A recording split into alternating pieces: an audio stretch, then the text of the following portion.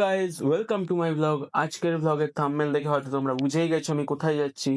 হ্যাঁ, আজকে দুরান কাপের প্রথম ম্যাচ এবং ইস্ট বেঙ্গলের এই মরশুমের প্রথম ম্যাচ ছিল।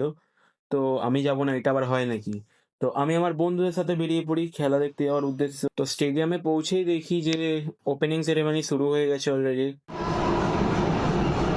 আর এদিকে আমাদের গরমের মধ্যে নাজেহাল অবস্থা হয়ে পড়ে। তো তারপর আমি গোল এবং সেলিব্রেশনের কিছু ক্লিপ দেখি, সেগুলো তো